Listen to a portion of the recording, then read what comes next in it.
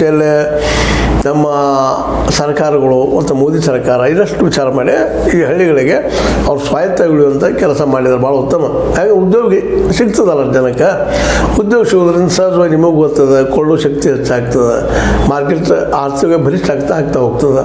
ಕೊಳ್ಳಿಕ್ಕೆ ಶುರು ಮಾಡಿದ್ರಪ್ಪ ಅಂದ್ರೆ ಆಟೋಮೆಟಿಕ್ ಏನು ಡಿಮಾಂಡ್ಸ್ ಮಾಡ್ತಾರೆ ಆ ವಸ್ತುಗಳು ತಯಾರು ಮಾಡೋದಂತ ಒಂದು ತಯಾರಿಕಾ ಕೇಂದ್ರಗಳು ತಯಾರಾಗ್ತಾ ಹೋಗ್ತಾ ಇರ್ತವೆ. ಹೇಗೆ ಒಂದರಿಂದ ಒಂದು ಚೈನ್ ಲಿಂಕ್ ಇರೋದ್ರಿಂದ ಸಹಜವಾಗಿನ ಎಲ್ಲರ ಬದುಕಿಗೂ ಒಳ್ಳೆಯದಾಗ್ತದೆ. ಆ ದಿಶೆಯಲ್ಲೇ ಈ ನಮ್ಮ ಗ್ರಾಮೀಣ ಅಭಿವೃದ್ಧಿ ಮತ್ತು ಪಂಚಾಯತ್ ರಾಜ್ ಸಚಿವರಾದಂಥ ಪ್ರಿಯಾಂಕ್ ಖರ್ಗೆ ಅವರು ಟೀಕೆ ಏನು ಮಾಡ್ತಾ ಇದ್ದಾರೆ ಅಂದರೆ, ನಾವು ಯು ಪಿ ಇದ್ದಾಗ ಹೆಚ್ಚು ಮಾಡಿದ್ವಿ, ನೀವು ಕಡಿಮೆ ಮಾಡಿರಿ. 120 ಲಕ್ಷ ಕೋಟಿ ರೂಪಾಯಿ ನಾವು ಹಾಕಿದ್ವಿ, ನೀವು ಬರೀ 86,000 ತಂದು ಹಚ್ಚಿದ್ರಿ. ಇದು ಎಲ್ಲಿಯ ನ್ಯಾಯ ಅಂತೇಳಿ ಇದನ್ನು ಯಾಕೆ ಪ್ರಶ್ನೆ ಮಾಡಬಾರ್ದು? ರೈತರು ಸಹಿತ ಪಾಪ ಮಾಡ್ತಾ ಇದ್ದಾರೆ, ಇಲ್ಲಂತಲ್ಲ. ಯಾಕಂದರೆ ದುಡಿಯೋ ವರ್ಗದವ್ರಿಗೆ ದುಡಿಲಿಕ್ಕೆ ಹೋಗ್ಲಿಕ್ಕೇನೆ ಅವ್ರಿಗೆ ಸಾಧ್ಯ ಇಲ್ಲಂಥ ಪರಿಸ್ಥಿತಿ, ಉದ್ಯೋಗ ಹುಡುಕಾಟ ಹೆಚ್ಚಾಗಿದೆ. ಸ್ಟ್ರೈಕ್ ಇದನ್ನು ಮಾಡ್ಕೋಬೇಕು ಅನ್ನೋಂಥ ಒಂದು ಸಮಯವೂ ಅವ್ರಿಗೆ ಎಲ್ಲಿ ಇವತ್ತು. ಅದಕ್ಕಾಗಿ ಸರ್ಕಾರ ಏನೇನು ಪ್ಲ್ಯಾನ್ ಹಾಕ್ತಾಯಿದೆ, ಏನೇನು ಮಾಡ್ತಾ ಇರ್ತದೆ ಉದ್ಯೋಗ ಕೊಡ್ಬೇಕಂತ. ಅದ್ರ ಹೆಸರು ದುಡ್ಡು ಹೊಡಿತಂತಲೂ ನಿಜವಾಗಿಯೂ ಅದು ಉದ್ಯೋಗ ಸಿಗುವಂಥ ಒಂದು ವ್ಯವಸ್ಥೆ ಮಾಡಿ ಅದ್ರ ಅಭಿವೃದ್ಧಿನೂ ಅದ. ಯಾಕಂದ್ರೆ ಗ್ರಾಮೀಣ ಅಭಿವೃದ್ಧಿಯಲ್ಲಿ ಮುಖ್ಯವಾಗಿ ನೀರಿನ ವ್ಯವಸ್ಥೆ ಮಾಡಬೇಕಾಗಿರ್ತದೆ. ನೀರಿನ ಸೆರೆಗಳಿದ್ದರೆ ಅಲ್ಲಿ ಬಾವಿ ತೊಳಿಕೊಡುವಂಥದ್ದು, ಅಲ್ಲಿ ಜನಕ್ಕೆ ಕೆರೆಗಳನ್ನು ತೋಡಿಸುವಂಥದ್ದು, ರೆಡಿ ಮಾಡಿಸುವಂಥದ್ದು 1-2 ಕಾರ್ಯಕ್ರಮ. ಮುಖ್ಯ ನೀರಿನ ರೈತರಿಗೆ ಬೇಕಾಗಿದ್ದ ನೀರು ಭೂಮಿಯಿಂದ ಇದ್ದೇ ಇರ್ತದೆ. ಭೂಮಿಗೆ ಎಂಥ ಭೂಮಿ ಇದ್ದರೂ ಅಲ್ಲಿ ನೀರಿತ್ತಪ್ಪ ಅಂದರೆ ಬೆಳೆ ಯಾವುದಾದ್ರೂ ಬೆಳೀತದೆ.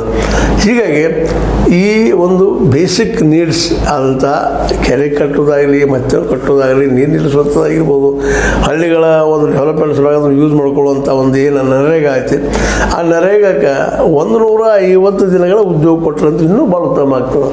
ಇತ್ತು ಗ್ರಾಮೀಣ ಅಭಿವೃದ್ಧಿನೂ ಆಗ್ತದೆ, ಗ್ರಾಮಗಳ ಅಭಿವೃದ್ಧಿ ಆಗ್ತದೆ, ನೀರಿನ ವ್ಯವಸ್ಥೆ ಸರಿಯಾಗಿ ಆಗ್ತವೆ. ಮತ್ತು ಅಲ್ಲಲ್ಲೇ ಈಗ ನಾವು ಹೆಚ್ಚಿಗೆ ಹೇಳ್ತಾ ಇರೋದು ಏನಪ್ಪ ಅಂದ್ರೆ, ಈ ದುಡ್ಡಿನಿಂದ ನಾವು ಈ ಒಂದು ಮಾನವ ಏನು ಶಕ್ತಿ ಐತಿ, ಈ ಶಕ್ತಿಯಿಂದ ಅಲ್ಲಲ್ಲೇ ಆ ಹಳ್ಳಿಗಳಿಗೆ ಬೇಕಾಗುವಂಥ ಕೆಲಸಗಳನ್ನ ಮಾಡ್ಬೋದು. ಆಯಾ ಕೇಂದ್ರಗಳು, ಆಯಾ ಸ್ಥಳಗಳಲ್ಲೇ, ಪಂಚಾಯತಿಗಳಲ್ಲೇ ಇವತ್ತು ಇಡೀ ಈ ದೇಶದ ಇವತ್ತು ಏನಪ್ಪ ಅಂತಂದ್ರೆ ಜೀವ ಶೆಲೆಗಳು ಅಂತ.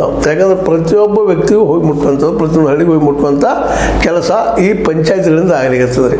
ಪಂಚಾಯತ್ ಸಲುವಾಗಿ ಗಾಂಧೀಜಿಯವರು ಹೇಳಿದ್ವಿ ಯಾಕಪ್ಪ ಅಂದ್ರೆ, ಈ ಪಂಚಾಯತಿ ಮಾಡಿದರೆ ಪಂಚಾಯತಿಗಳಿದ್ದು ಅಂದರೆ ಇವು ಮೊದಲಿಂದ ನಮ್ಮಲ್ಲಿ ಪಂಚಾಯತ್ ರಾಜ್ ವ್ಯವಸ್ಥೆ ಐತೆ ಅದ. ಯಾಕೆಂದರೆ ಆಯಾ ಹಳ್ಳಿಗಳಲ್ಲಿ ಅಲ್ಲಿ ಹಿರಿಯರು ಇನ್ನುಳಿದವ್ರು ಮಾಡ್ಕೊಂಡು ಬರ್ತಾಯಿದ್ರು.